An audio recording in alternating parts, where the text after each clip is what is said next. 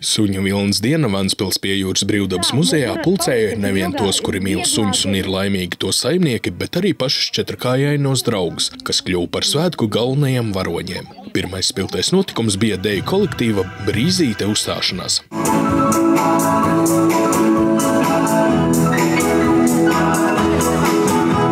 Pēc Brīzītes uzstāšanās uz improvizētās skatuves kāpa četrkājainie dejotāji. Kopā ar saimniekiem viņi izpildīja deju soļus, pacēlās uz pakaļkājām, griezās, soļoja mūzikas ritmā.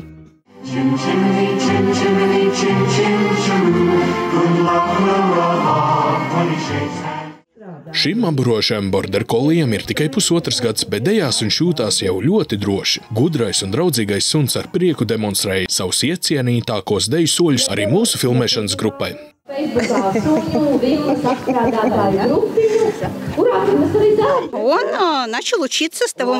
Mēs sākām visu pamazītiņām.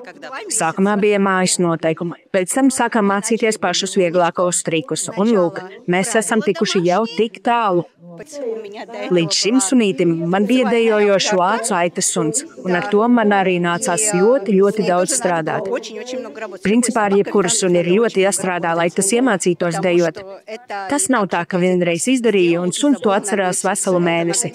Kā minimums ir jātrenējās pāris reižu nedēļā. Piemēram, Čārlijs man mācās gandrīz katru dienu, vismaz pa 10 līdz 15 minūtēm. Svētki neaprobežojās vien ar priekšnesumiem. Īpaši ierīkotajās zonās varēja iegūt arī praktiskas zināšanas. Bērni ar aizrautību mērīja suņa augumu, svēra vilnu, mācījās dot komandas. Savukārt Janeta stāstīja, kā audzināt mīlu, lai viņš būtu paklausīgs un prastu kulturāli uzvesties sabiedrībā. Labas manieres nozīmē mācēt uzvesties visādās situācijās. Neskriet, kur nevajag, neskriet klāt, nedaudzīties ar suņiem. Nekost cilvēkiem. Es mācu arī labu uzvedību cilvēkiem, kā viņiem izturēties pret suni. Cilvēkiem arī? Jā, jo ja cilvēks nepareizi izturās, tad suns arī attiecīgi rīkojās. Mēs audzinām visu mūžu. Jā, ja cilvēks audzina līdz 18, kā pieņemts, tās suņus mēs audzinām visu mūžu. Cenšamies un suni var pārmācīt. Var ar ēdienu. Suns seko rokai ar ēdienu. Te, piemēram.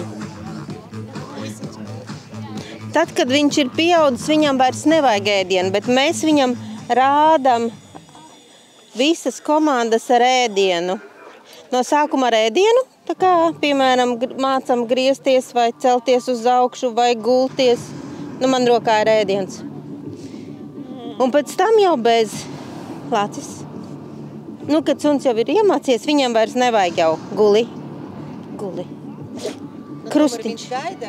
Galvenais notikums bija meistarklase par dzīves gatavošanu no suņu vilnas. Dalībniekiem rādīja, kā vilnu savākt, iztīrīt, izsukāt un pārvērst pavadienā. Šis ir tāds priekšpēdējais jau gandrīz gala process vilnas apstrādē, tā ir vērpšana. Kad vilna jau ir sagatavota vērpšanai, viņa ir saplucināta, viņa ir sakārsta, tad viņu savērpj vienā pavadienā. Tikai tas ir ļoti lēns process. Lēns? Jā. Darba ātrums man ir 25 grami stundā. Vienām sieviešu zeķēm vajag 120 gramus, tātad vērpšu dziju 5 stundas. Man ir Leonbergers, šeit ir viņa vilna, Leonberger vilna, bet tā kā viņam ir drusciņa pa īsu, lai būtu ļoti kvalitatīva dzīve sanāktu, tad es jaucu alpakas vilnu. Man ir arī alpaka kramiņš vārdā, kuram arī ir šāda te brūna, viņi abi divi ir sadarīgi. Un tad es viņus sajaucu, un tad man sanāk kramiņa un rasas zeķes. Meistars stāstīja arī par suņu vilnas īpašībām. Tā ir nevien silta un maiga, bet arī dziednieciska. Senatnē šāds izstrādājums izmantoja pie radikulīta, artrīta un saukstēšanās. Vilna sasildīja, uzlaboja asinsriti, mazināja sāpes un iekaisumu. Arī šodien cimdi vai josta no suņu vilnas tiek augstu vērtēta kā dabisks līdzeklis veselībai.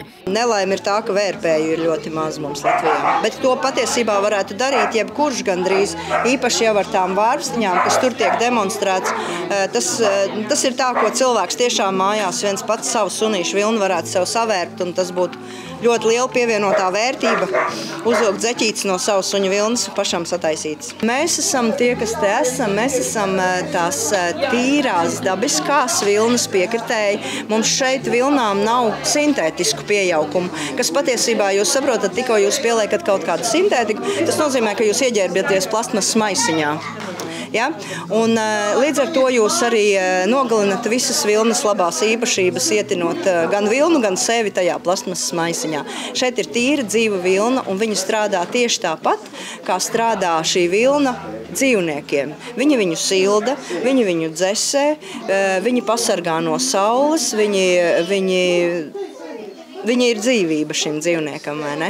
Un mēs cilvēki varam to izmantot, ja mēs viņu nesabojājam. Ja mēs viņu nekrāsojam ar ķīmiju, ja mēs viņai neliekam klāt sintētiku. Suņu vilnas diena Ventspilī izrādījās ne tikai jautra, bet arī izglītojoša. Tā parādīja, kā mūsu mīluļi spēj dāvāt siltumu un rūpes, pat ar savu vilnu. Pasākums sākās ar iedvesmu par suņu vilnu apstrādi. Bet ņemot vērā, ka suņi ir tādi mīluļi un viņi dara daudz visu, ko ne tikai sporto, bet dod baudu arī sirdī, tad pasākums saņem apgriezienus. Pasākumu taisījām pagājuši gadu, taisām šogad pēc pieprasījuma, un nu jau sākās, man liekas, tradīcija, bet gribam pavērst vēl to tā vairāk, lai suņu saimnieki saprastu, ka suņi jau nav tik uz dīvāna un nav obligāti jābūt arī lielā sportā. Ir daudz jauku lietu, ko kopā darīt. Saimnieki ar lepnumu demonstrēja savus četrkājainos draugus, apsprieda audzināšanas nianses. Šajā dienā muzejā varēja sastapt visdažādākās šķirnes no pavisam mazām līdz lielām, taču visi suņi uzvedās draudzīgi un valdīja draudzīga atmosfēra.